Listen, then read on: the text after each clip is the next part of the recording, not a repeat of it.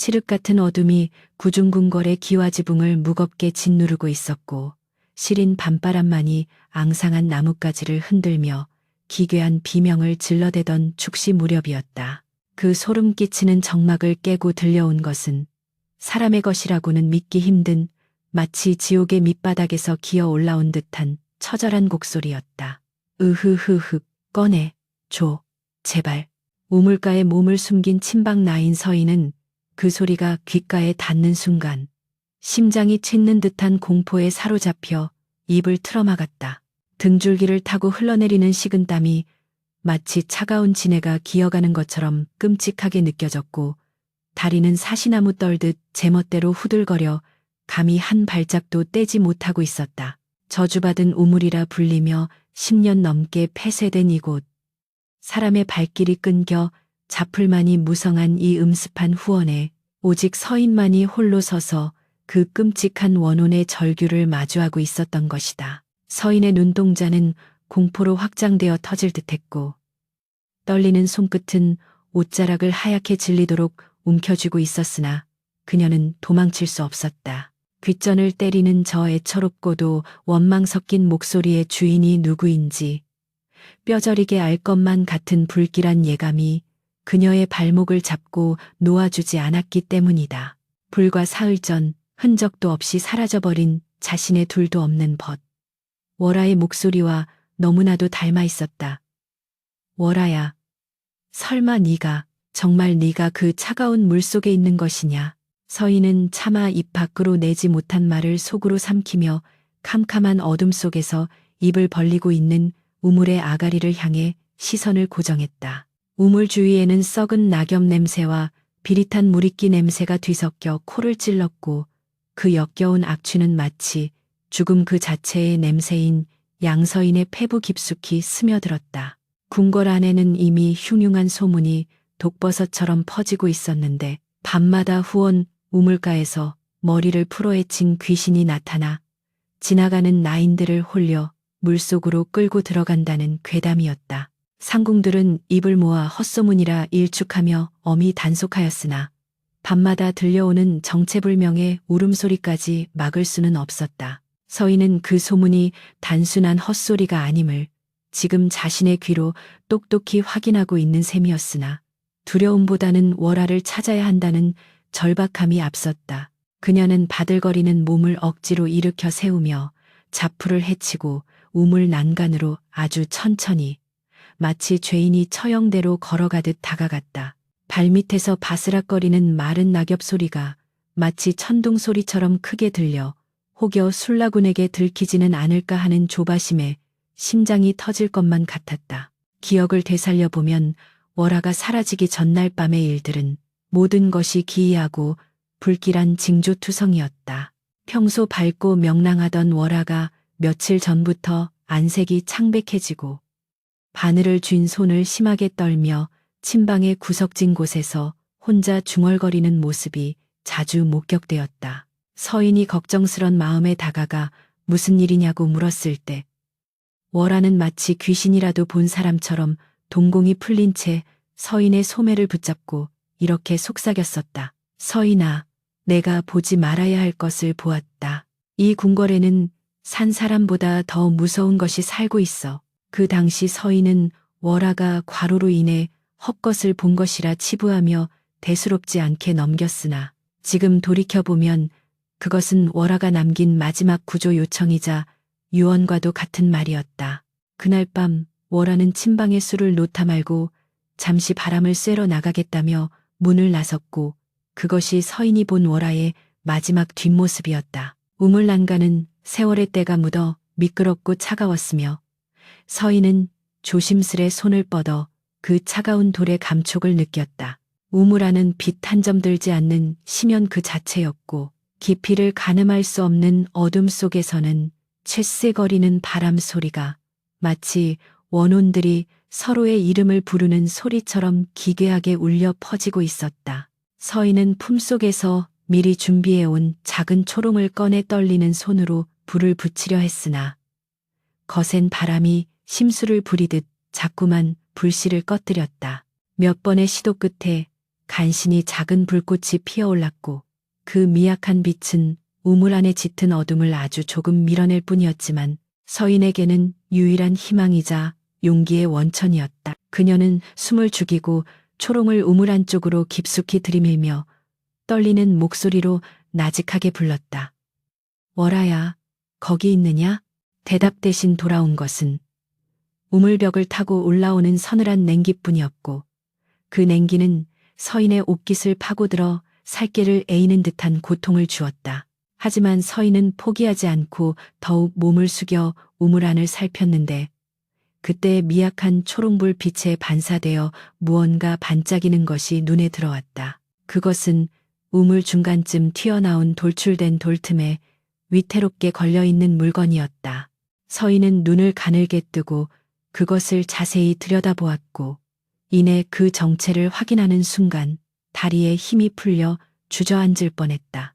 그것은 월아가 늘 소중하게 지니고 다니던 어머니의 유일한 유품인 옥색 놀이개였다. 월아가 저 놀이개를 잃어버릴 리 없으니 이것은 월아가 이 우물에 왔었다는, 아니 어쩌면 이 우물 속으로 떨어졌다는 명백한 증거였다. 공포가 다시금 쓰나미처럼 밀려왔지만 동시에 분노가 서인의 가슴 속에서 뜨겁게 치솟아 올랐다. 누가 감히 이토록 착한 월아를 이 끔찍한 곳으로 몰아넣었단 말인가. 월아는 스스로 목숨을 끊을 아이가 절대 아니었다. 그녀는 늘 고향에 계신 병든 어머니를 모시기 위해 궁녀 생활이 끝나면 나가서 효도할 날만을 손꼽아 기다리던 효녀였다. 그런 아이가 스스로 이 깊은 우물에 몸을 던졌을 리 만무했다. 이것은 분명 누군가에 의한 타살이었고 그 누군가는 월아가 보지 말아야 할 것을 보았다는 사실과 깊은 관련이 있을 것이었다. 서인은 눈시울이 뜨거워짐을 느끼며 옥색 놀이개를 향해 손을 뻗어보았지만 닿을 수 없는 거리였다. 그때 갑자기 우물 깊은 곳에서 물이 첨벙거리는 소리가 들려왔다. 첨벙, 꼬르륵. 마치 무거운 돌덩이가 물속으로 가라앉는 듯한, 혹은 누군가 물속에서 허우적거리며 숨을 쉬려 발버둥 치는 듯한 끔찍한 소리였다. 서인은 다시 한번 소스라치게 놀라며 초롱을 놓칠 뻔했고 본능적으로 우물 안쪽으로 몸을 더욱 깊숙이 기울였다. 그리고 그 순간 초롱불에 흔들리는 빛 그림자 사이로 물 표면에 떠있는 희끄무레한 형체를 목격하고야 말았다. 퉁퉁 불어 형체를 알아보기 힘들었지만 그것은 분명 사람이 입고 있는 치마폭이었다. 궁녀들이 입는 남색 치마가 물을 머금어 검게 변해 있었고 그 주위로 검은 머리카락이 수초처럼 어지럽게 엉켜 떠다니고 있었다. 서인은 입을 틀어막았지만 터져나오는 비명을 완전히 삼킬 수는 없었고 흑 하는 짧은 신음이 정막을 깨고 흘러나왔다. 바로 그때 등 뒤에서 자갈 밟는 소리가 들려왔다. 누구냐? 날카롭고 서늘한 목소리가 어둠을 가르고 날아와 서인의 뒷덜미를 낚아채는 듯했다. 서인은 심장이 젖을 듯한 공포에 휩싸여 황급히 초롱불을 끄고 우물 뒤편의 덤불 속으로 몸을 날렸다. 가시덤불이 손등과 얼굴을 핥히고 지나갔지만 지금은 고통을 느낄 겨를조차 없었다. 누군가가 저벅저벅 우물가로 걸어오는 발자국 소리가 점점 가까워졌고 서인은 숨소리조차 내지 않으려 입술을 깨물며 바닥에 납작 엎드렸다. 달빛에 비친 그림자가 서인이 숨어있는 덤불 바로 앞까지 길게 드리워졌고 서인은 공포에 질려 눈을 질끈 감았다. 만약 지금 들킨다면 월아의 억울함을 밝히기도 전에 쥐도 새도 모르게 사라질 것이 뻔했다. 발자국 소리의 주인은 우물 난간에 멈춰섰고 한참 동안 우물 안을 내려다보는 듯했다. 서인은 덤불 틈새로 살짝 눈을 뜨고 그 사람의 인상차기를 확인하려 했으나 짙은 어둠과 역광 때문에 검은 실루엣밖에 보이지 않았다. 하지만 그자가 내뱉은 혼잣말은 서인의 귓가에 또렷하게 박혔다. 어리석은 것. 그러게 왜 주제넘은 짓을 하여. 그 목소리는 너무나도 차분하고 냉혹하여 오히려 더 소름이 끼쳤다. 그자는 품에서 무언가를 꺼내 우물 안으로 던져 넣었고 다시 한번 첨벙하는 소리가 둔탁하게 울려 퍼졌다. 그것은 마치 확인 사살이라도 하듯 혹은 억울한 원혼을 물밑으로 영원히 가라앉히려는 의식처럼 느껴졌다. 서인은 그자가 사라질 때까지 꼼짝도 하지 못하고 흙바닥에 얼굴을 묻은 채 오열을 삼켜야만 했다. 여명이 밝아오기 전 푸르스름한 새벽빛이 창호지 문을 희미하게 물들일 무렵 서인은 도망치듯 처소로 돌아와 이불 속에 몸을 구겨 넣었다. 거칠어진 숨소리를 죽이려 베개에 얼굴을 파묻었지만 귓가에는 여전히 우물가에서 들었던 그 둔탁한 첨벙 소리가 환청처럼 맴돌고 있었다. 온몸은 식은땀과 밤이슬에 젖어 축축했고 덤불에 긁힌 손등과 뺨에서는 쓰라린 통증이 밀려왔으나 육체적 고통 따위는 지금 서인이 느끼는 공포에 비하면 아무것도 아니었다. 그녀는 감히 눈을 감을 수도 없었는데 눈을 감으면 곧바로 검은 물속에서 허우적거리는 월아의 창백한 얼굴과 그 위로 무심하게 돌을 던지던 정체불명의 그림자가 떠올라 숨통을 조여왔기 때문이었다. 밤새 한숨도 자지 못한 채 공포에 떨던 서인은 날이 밝아오자 들려오는 기상나팔 소리에 마치 죄인이 판결을 받으러 나가는 심정으로 무거운 몸을 일으켰다. 아침 조회 시간이 되자 궁녀들의 처소가 모여있는 마당에는 평소와는 다른 살벌한 긴장감이 감돌았다. 찬 서리가 내린 마당에는 수십 명의 나인들이 줄을 맞춰서 있었지만 누구 하나 입을 번긋하는 이 없이 숨소리조차 죽이고 있었다. 그 무거운 침묵을 깨고 등장한 이는 다름 아닌 감찰 상궁 조씨였다. 그녀는 궁궐 내의 기강을 바로잡고 나인들의 비행을 감시하는 저승사자와도 같은 존재로 그녀의 서늘한 눈빛 한 번이면 울던 아이도 그치게 한다는 소문이 자자했다. 빳빳하게 풀먹인 옥색 당의를 입고 한치의 흐트러짐도 없는 쪽진 머리를 한 조. 상궁은 뒷짐을 진 채 천천히 나인들의 열을 훑어보았다. 그녀가 걸음을 옮길 때마다 스치는 치맛자락 소리가 마치 뱀이 풀숲을 기어가는 소리처럼 섬뜩하게 들려와 서인은 저도 모르게 마른 침을 삼켰다. 요즘 권례에 고약한 헛소문이 돌고 있다. 들었다. 조상궁의 목소리는 높지 않았으나 그 안에 담긴 위압감은 좌중을 압도하기에 충분했다. 그녀는 날카로운 눈매로 나인들을 하나하나 노려보며 말을 이었다. 후원 우물가에 귀신이 나타난다느니 억울한 원혼이 운다느니 하는 터무니없는 낭설로 신성한 궁궐을 어지럽히는 자가 누구냐? 그녀의 시선이 머무는 곳마다 나인들은 고개를 더욱 깊이 숙이며 벌벌 떨었다. 서인은 심장이 발밑으로 뚝 떨어지는 것만 같았지만 애써 태연한 척 시선을 아래로 깔고 손끝을 말아 쥐었다. 조상궁은 코웃음을 치며 비릿한 미소를 지었다. 그리고 며칠 전 사라진 친박 나인 월아에 대해 쑥덕거리는 입들도 있는 모양이다. 월아의 이름이 나오자 서인의 어깨가 움찔했다. 조상궁은 마치 기다렸다는 듯이 목소리를 높여 선언했다. 똑똑히 들어라.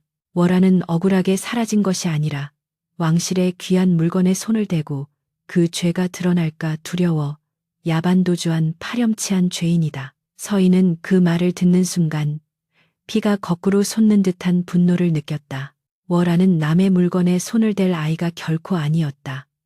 굶어 죽을지언정 남의 것을 탐하지 않겠노라 다짐했던 누구보다 맑고 정직한 아이에게 도둑 누명을 씌우다니 이것은 죽은 자를 2번 죽이는 짓이나 다름없었다.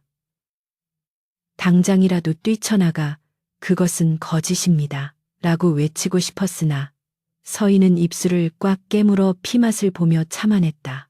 지금 나섰다가는 월아의 억울함을 풀기는커녕 개죽음을 당할 것이 뻔했기 때문이었다. 조상궁은 천천히 걸음을 옮겨 서인의 바로 앞에 멈춰 섰다. 서인의 심장박동 소리가 귓가에 웅웅거릴 정도로 커졌다. 조상궁의 차가운 시선이 서인의 정수리부터 발끝까지 훑어내리더니 이내 서인의 뺨에 난 붉은 생채기에 고정되었다. 어젯밤 가시덤불에 긁힌 상처였다. 자네 얼굴이 왜 그 모양인가? 조상궁의 물음에 주변의 공기가 순식간에 얼어붙었다. 서인은 필사적으로 떨리는 목소리를 감추며 대답했다. 소인, 어젯밤 빨래터에서 미끄러져 덤불에 넘어졌습니다. 송구하옵니다. 거짓말이었다. 하지만 살기 위해서는 어쩔 수 없는 선택이었다. 조상궁은 의심스러운 눈초리로 서인을 쏘아보며 한참 동안 말이 없었다. 그 침묵의 시간은 서인에게 영겁과도 같이 느껴졌다. 조심하게. 밤길은 어둡고 발을 헛디디면 다시는 일어날 수 없는 깊은 구덩이에 빠질 수도 있으니 말이야. 조상궁의 말은 단순한 충고가 아니었다. 그것은 명백한 경고이자 협박이었다. 네가 어젯밤 어디에 있었는지 무엇을 보았는지 짐작하고 있다는 무언의 압박이었다. 조상궁은 의미심장한 미소를 남기고 돌아섰지만 서인의 등줄기에는 식은땀이 비 오듯 흘러내렸다. 조상궁은 분명 알고 있었다. 서인이 월하와 절친한 사이였다는 것을, 그리고 서인이 무언가 눈치채고 있다는 것을. 이제 서인은 단순히 친구를 잃은 슬픔에 잠겨 있을 수만은 없었다.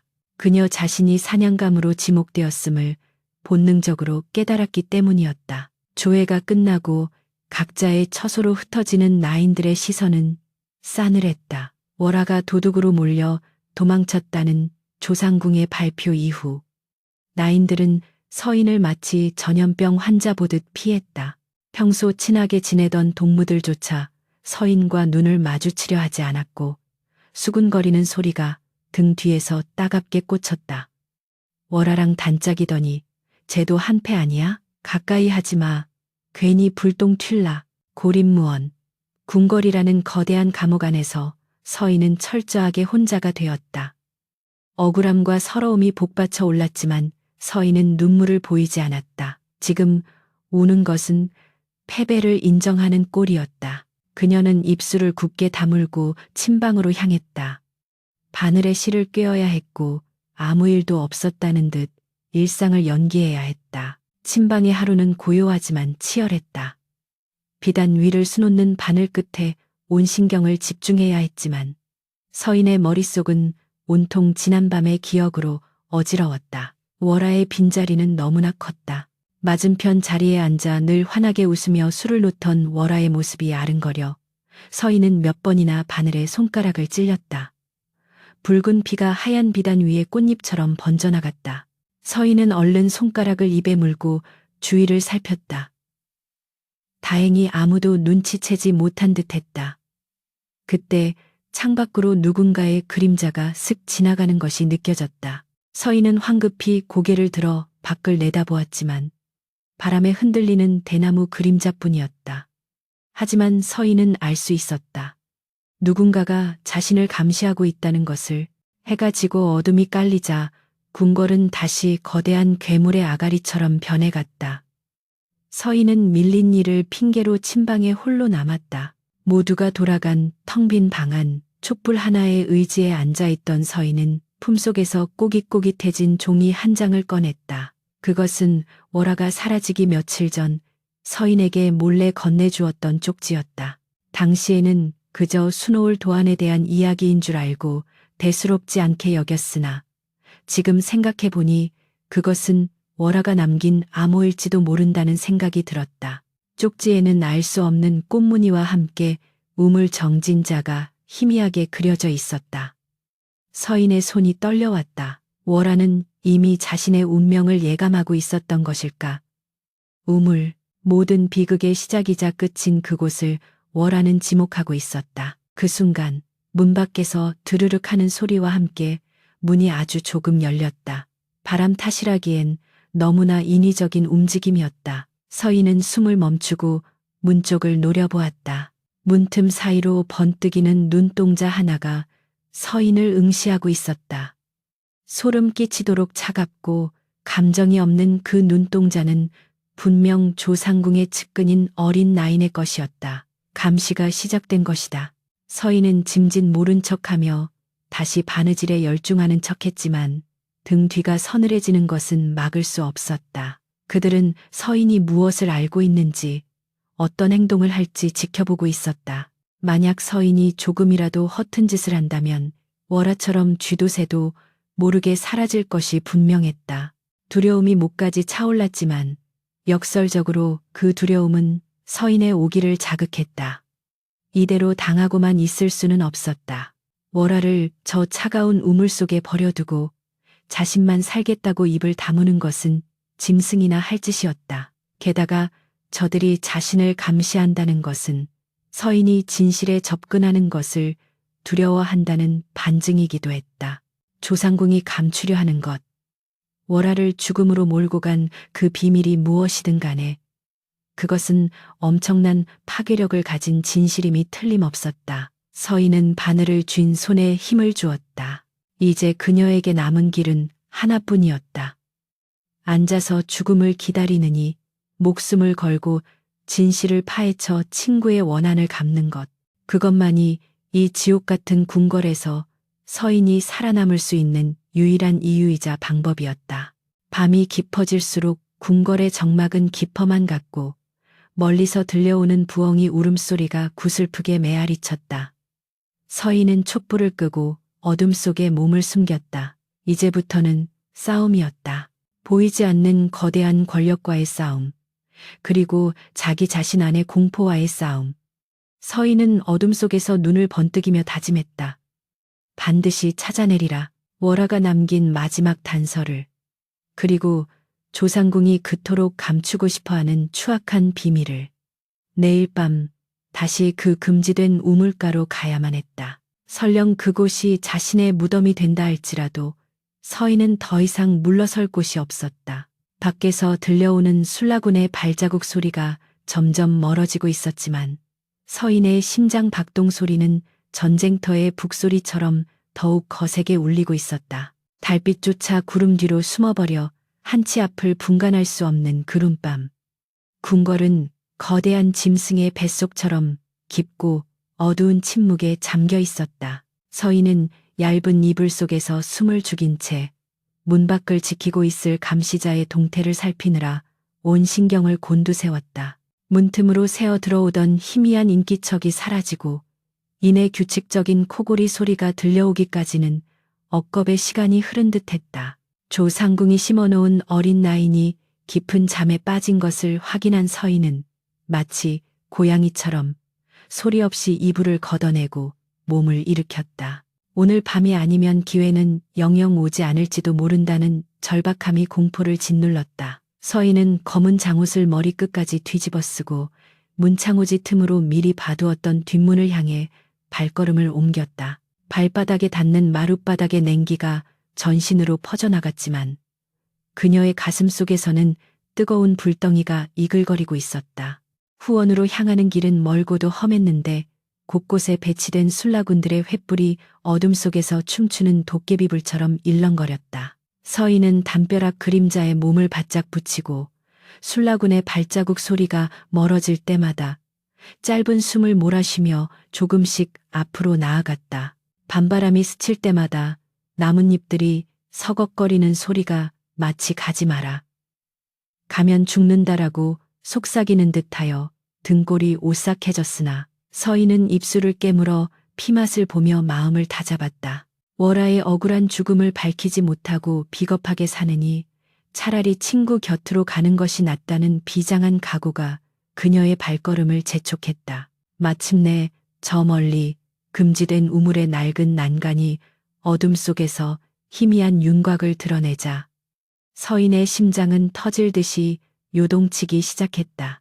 우물가는 낮보다 밤에 더욱 을씨년스러운 기운을 내뿜고 있었는데 썩은 물 냄새와 비릿한 이끼 냄새가 뒤섞인 악취가 코를 찔렀다. 서인은 주위를 두리번거리며 인기척이 없음을 확인한 뒤 조심스레 우물 난간으로 다가갔다. 지난밤 정체불명의 사내가 무언가를 던져 넣었던 그 자리, 그리고 자신이 월화의 옥색 놀이개를 보았던 그 돌틈을 찾아야 했다. 칠흑 같은 어둠 속에서 눈으로 찾는 것은 불가능했기에 서인은 손끝의 감각에 의지해야만 했다. 차갑고 축축한 우물 안쪽 벽을 더듬어 내려가는 서인의 손은 덜덜 떨리고 있었다. 미끄러운 이끼에 손이 미끄러질 때마다 검은 아가리를 벌리고 있는 저 깊은 물속으로 빨려 들어갈 것만 같은 공포가 엄습했다. 하지만 서희는 멈추지 않고 상체를 우물 안으로 깊숙이 밀어 넣었다. 어디에, 도대체 어디에 있는 것이냐? 서희는 속으로 절규하며 거친 돌벽을 샅샅이 훑어내렸다. 손톱이 깨지고 손가락 끝이 찢겨나가는 고통이 느껴졌지만 그런 것은 안중에도 없었다. 그때였다. 우물벽 중간쯤 튀어나온 돌덩이 사이의 좁은 틈새에서 무언가 이질적인 감촉이 손끝에 닿았다. 차가운 돌도 미끄러운 이끼도 아닌 부드럽지만 물기를 머금어 묵직해진 천의 감촉이었다. 서인의 눈이 번쩍 뜨였다. 그녀는 떨리는 손으로 그 물체를 조심스럽게 잡아당겼다. 틈새에 꽉 끼어 있어 좀처럼 빠지지 않던 그것은 서인이 젖먹던 힘까지 짜내어 잡아당기자 툭 하는 소리와 함께 딸려 나왔다. 서인은 그 물건을 품에 안고 황급히 우물 밖으로 몸을 빼냈다. 구름 사이로 아주 잠깐 비친 달빛 아래 서인의 손에 들린 것은 붉은색 댕기였다. 그것은 월화가 명절 때마다 곱게 닿은 머리 끝에 매달았던 그녀가 가장 아끼던 붉은 비단 댕기임이 틀림없었다. 서인은 댕기를 보자마자 터져나오는 울음을 틀어막아야 했다. 월화는 죽음의 순간 자신이 우물에 던져지기 직전 혹은 누군가에게 끌려와 살해당하기 직전에 이 댕기를 돌틈에 숨겨놓은 것이 분명했다. 그런데 이상한 점이 있었다. 댕기가 평소보다 훨씬 두툼하고 묵직하게 느껴졌던 것이다. 단순히 물에 젖어서가 아니라 그 안에 무언가가 들어있는 듯한 부피감이 느껴졌다. 서인은 주위를 경계하며 덤불숲 깊숙한 곳으로 몸을 숨긴 뒤 떨리는 손으로 젖은 댕기의 매듭을 풀기 시작했다. 댕기의 안감은 꼼꼼하게 바느질되어 있었으나 한쪽 귀퉁이가 뜯겨진 흔적이 있었다. 서인은 조심스레 뜯어진 틈으로 손가락을 집어넣어 그 안에 숨겨진 물건을 꺼냈다. 그것은 기름종이에 여러 겹으로 쌓인 작은 천조각이었다. 물에 젖지 않도록 세심하게 포장된 기름종이를 벗겨내자 손바닥만한 흰색 비단 천이 드러났다. 그 천에는 붉은색 실로 수놓아진 기이한 문양과 함께 검은 먹글씨가 깨알같이 적혀 있었다. 달빛이 너무 희미하여 글씨를 알아보기 힘들었지만 서인은 눈을 가늘게 뜨고 한 글자 한 글자 읽어 내려갔다. 그리고 그 내용을 파악하는 순간 서인은 숨이 턱 막히며 온몸에 피가 얼어붙는 듯한 충격에 휩싸였다. 그것은 단순한 유서가 아니었다. 그것은 조선의 왕실을 뒤흔들고도 남을 영모에 가까운 치명적인 비밀이 담긴 증거물이었다. 천조각에 적힌 내용은 이러했다. 대전의 탕약에 독을 섞으라는 명을 받았다. 이를 거역하면 내 어미를 죽이겠다 협박하였다. 나는 차마 임금님을 해할 수 없어 탕약을 쏟아버렸으나 저들은 내 죄를 덮어 씌우려 한다. 이 모든 것을 사주한 자는 조상궁이다.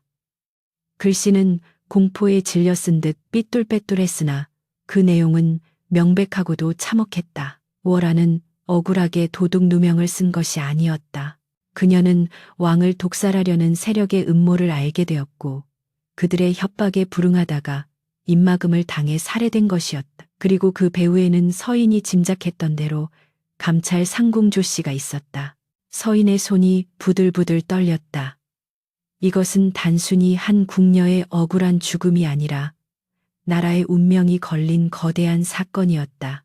서인은 월화가 느꼈을 공포와 절망을 생각하며 가슴을 쥐어뜯었다.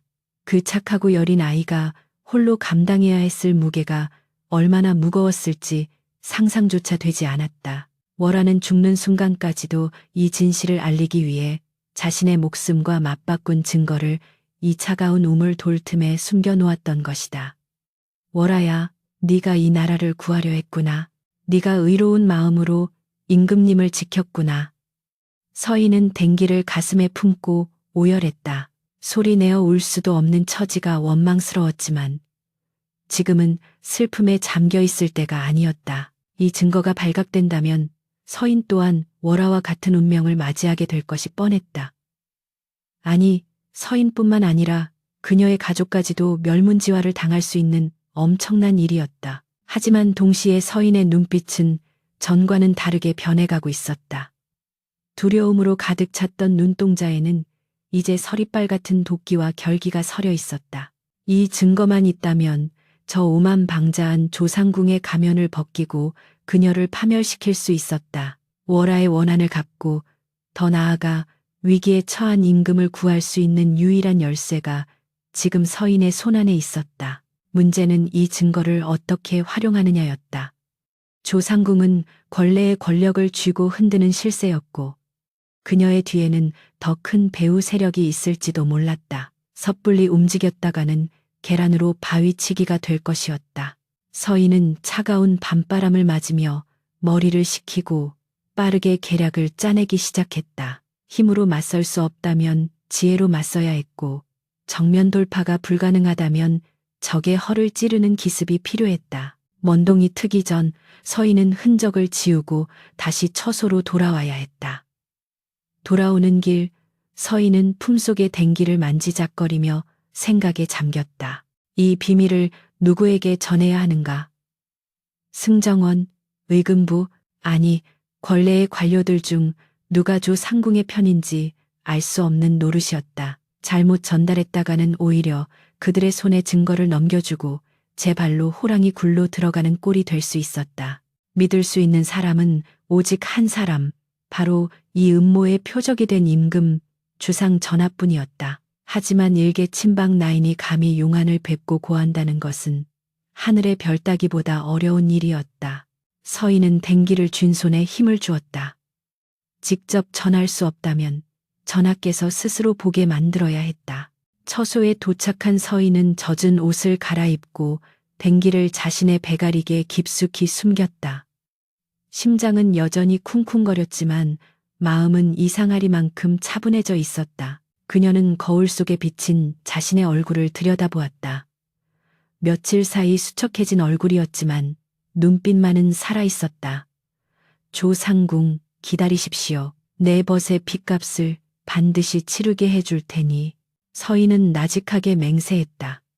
날이 밝으면 조상궁은 또다시 서인을 압박해 올 것이고 권례의 감시는 더욱 심해질 것이었다. 하지만 이제 서인은 쫓기는 사냥감이 아니었다. 그녀는 어둠 속에 숨어 결정적인 순간에 적의 목덜미를 물어뜯을 준비를 마친 사냥꾼이었다.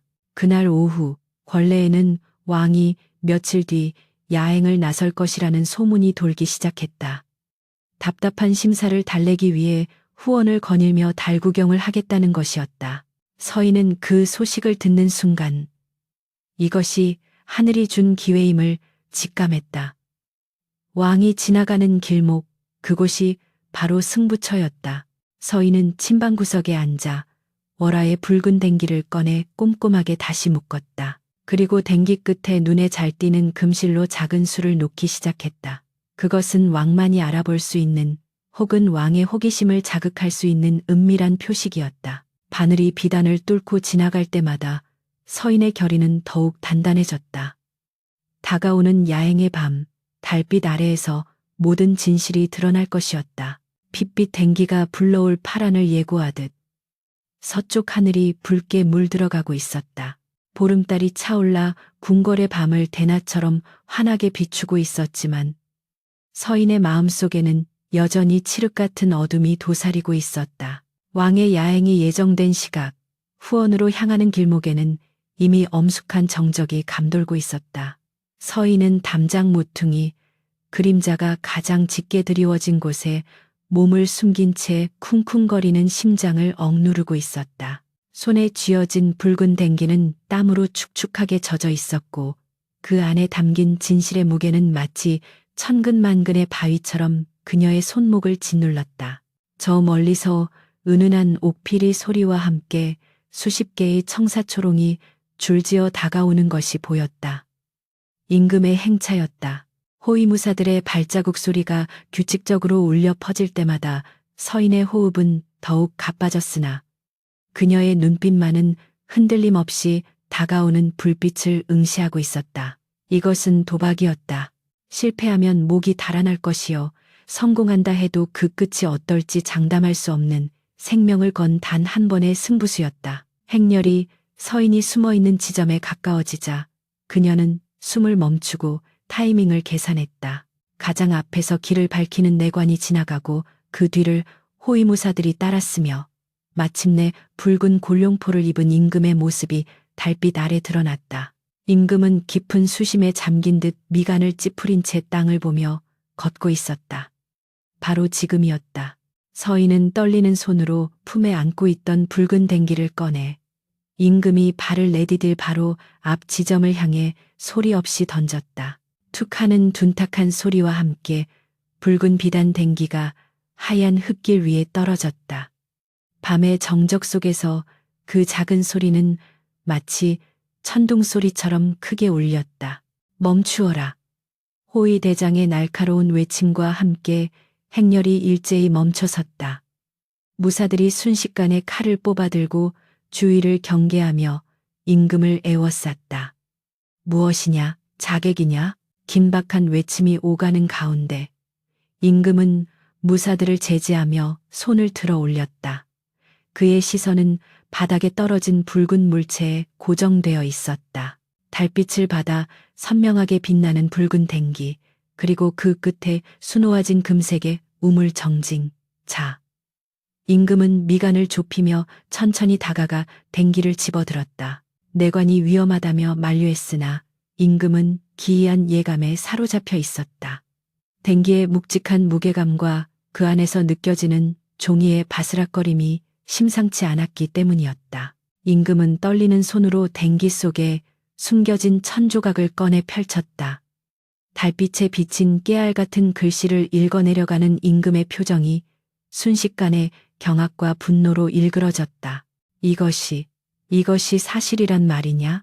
임금의 굵은 목소리가 분노로 떨렸다.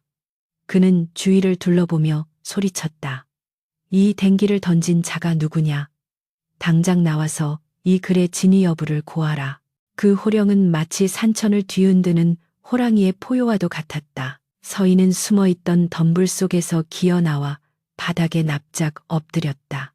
전하, 죽어 마땅한 죄인, 친박나인 서인이옵니다. 그 댕기는 제벗 월하가 억울하게 죽어가며 남긴 피의 유서이옵니다. 서인의 등장에 무사들이 창끝을 겨누었으나 임금은 그들을 물리치고 서인에게 다가갔다. 월하라 하였느냐? 탕약을 쏟아버린 그 아이 말이더냐? 임금은 월하의 이름을 기억하고 있었다. 며칠 전 기미상궁이 탕약에 이상이 있다 하여 소란이 일었을 때 탕약을 담당했던 나인이 사라졌다는 보고를 받았기 때문이었다. 서인은 울먹이며 고개를 조아렸다. 그러하옵니다. 월하는 도망친 것이 아니옵니다. 조 상궁의 협박을 피해 진실을 알리려다 입막음을 당해 저 차가운 후원 우물 속에 수장되었사옵니다. 무어라, 조 상궁이. 임금의 눈에서 시퍼런 안광이 뿜어져 나왔다. 조 상궁은 데뷔 전에 총애를 받는 권세가였기에 섣불리 건드릴 수 없는 인물이었다. 하지만 이 명백한 증거 앞에서는 이야기가 달랐다. 임금은 즉시 내관에게 명했다. 당장 감찰 상궁 조씨를 이곳으로 대령하라. 그리고 금군을 풀어 후원 우물을 봉쇄하고 그 속을 샅샅이 뒤져라. 임금의 명령은 추상 같았고 궁궐은 순식간에 발칵 뒤집혔다. 잠시 후 잠옷차림에 급히 겉옷만 걸친 조상궁이 끌려 나왔다. 그녀는 여전히 꼿꼿한 자세로 고개를 들고 있었으나 서인과 눈이 마주치자 입가에 경련이 일었다. 전하, 이 야심한 시각에 어인일이시옵니까? 천한 것의 헛소리에 옥체를 상하게 하실까 저어되옵니다. 조상궁은 태연하게 거짓을 고하며 서인을 노려보았다. 저 아이는 평소에도 헛것을 보고 헛소리를 하던 아이옵니다. 월하는 도둑질을 하다 들켜 도망친 죄인일 뿐 우물에 있다는 것은 낭설이옵니다. 그녀의 목소리에는 한치의 흔들림도 없었다. 수십 년간 궁궐의 암투 속에서 살아남은 노회한 여우다운 대처였다. 그러나 임금은 그녀의 말에 귀를 기울이는 대신 손에 쥐고 있던 천조각을 그녀의 얼굴에 던졌다. 이것을 보고도 낭설이라 하겠느냐. 네가 월하의 어미를 볼모로 잡고 짐을 독살하려 했다는 것이 여기 낱낱이 적혀 있다. 조상궁은 바닥에 떨어진 천조각을 보고 흠칫 놀랐으나 이내 표정을 수습하며 억울함을 호소했다. 모함이옵니다. 전하, 이는 누군가 저를 음해하기 위해 꾸민 짓이옵니다. 죽은 자는 말이 없다 하여 어찌 이리 끔찍한 누명을 씌우시나이까. 그녀는 눈물까지 흘리며 바닥에 머리를 뱉었다. 그 연기가 어찌나 실감나던지 지켜보던 내관들조차 혹시 서인이 거짓을 고한 것은 아닌지 의심할 정도였다. 서인은 피가 거꾸로 솟는 듯 했다. 저 뻔뻔한 낯짝을 당장이라도 찢어발기고 싶었으나 지금은 참아야 했다. 진실은 곧 물 위로 떠오를 것이기에 그때 우물가로 파견되었던 금군 별장이 헐레벌떡 달려와 무릎을 꿇었다. 그의 얼굴은 공포와 역겨움으로 하얗게 질려 있었다. 전하, 우물 속에서 시신을 찾았사옵니다. 그 한마디에 조상궁의 통곡 소리가 뚝 그쳤다. 그녀의 눈동자가 심하게 흔들리기 시작했다. 임금은 차갑게 조상궁을 내려다보며 명했다. 그 시신을 이리로 가져오라. 잠시 후 젖은 거적에 쌓인 시신이 횃불 아래로 옮겨졌다.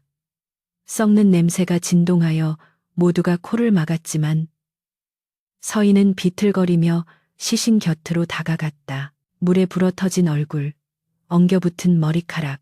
하지만 서인은 단번에 알아볼 수 있었다. 그 시신의 허리춤에 매달려 있는 색이 바랜 옥색 놀이개. 그것은 월하였다. 서인은 시신을 끌어안고 짐승처럼 울부짖었다.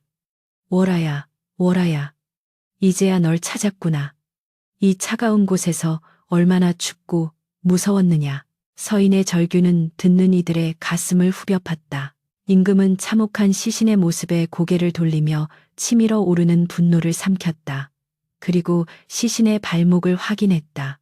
그곳에는 커다란 돌덩이가 밧줄로 꽁꽁 묶여 있었다. 자살이 아니라는 명백한 증거였다. 임금은 천천히 조상궁에게 다가가 서인의 손에 들린 옥색 놀이개와 조상궁의 치마폭에서 떨어진 붉은 놀이개 수를 비교했다. 월하가 댕기 속에 적어 놓은 대로였다. 조상궁이 억지로 쥐어준 독약 봉지를 싼 붉은 천. 그 천의 귀퉁이가 찢어져 내 댕기 속에 있다. 임금은 떨리는 목소리로 선고하듯 말했다. 내 인연, 하늘이 무섭지도 않으냐. 감히 짐을 독살하려 하고 충직한 나인을 살해하여 유기하다니. 네 죄는 능지처 참으로도 부족하다. 조상궁은 그제야 사색이 되어 바들바들 떨기 시작했다. 그녀는 임금의 다리를 붙잡고 매달렸다. 전하, 살려주시옵소서. 제가 한 짓이 아니옵니다. 저는 그저 시키는 대로. 그녀의 입에서 튀어나온 말은 스스로의 죄를 인정하는 꼴이 되었다. 임금은 그녀를 걷어차며 소리쳤다. 여봐라. 이 죄인을 당장 의금부로 압송하라. 그리고 이자와 연루된 모든 자들을 발본세건하여 한 놈도 살려두지 마라. 금군들이 달려들어 조상궁을 결박했다. 그녀의 비명소리가 궁궐의 밤하늘을 찢어놓았다. 안 돼. 나는 억울하다. 내가 누군지 아느냐. 그녀의 발악은 처절했으나 그 누구도 동정의 눈길을 보내지 않았다. 서인은 끌려가는 조상궁을 보며 눈물을 닦았다. 드디어 끝났다. 월하를 죽음으로 몰아넣고 궁궐을 공포로 몰아넣었던 악의 축이 무너져 내렸다. 하지만 승리의 기쁨보다는 상실의 아픔이 더 컸다. 서인은 차가운 월하의 손을 잡고 속삭였다. 보았느냐, 월하. 임금님께서 네 억울함을 풀어주셨다. 이제 편히 가거라. 저 나쁜 년은 죗값을 치를 것이니 부디 좋은 곳으로 가거라. 임금은 서인에게 다가와 어깨를 짚어주었다. 네 용기가 나라를 구하고 벗의 원한을 갚았다. 네 공을 잊지 않을 것이다. 임금의 따뜻한 위로에도 서인은 고개를 들 수 없었다. 그저 하염없이 눈물만 흘릴 뿐이었다. 횃불에 비친 월하의 시신은 말이 없었으나 왠지 모르게 평온해 보였다. 우물가는 다시 고요해졌지만 그 고요함은 전과는 달랐다. 원혼의 곡소리는 사라지고 대신 진실이 밝혀진 자리에 슬픈 바람만이 불어오고 있었다. 궁궐의 밤은 이제 막 깊어가고 있었지만 서인에게는 길고 긴 악몽이 끝나는 새벽과도 같았다.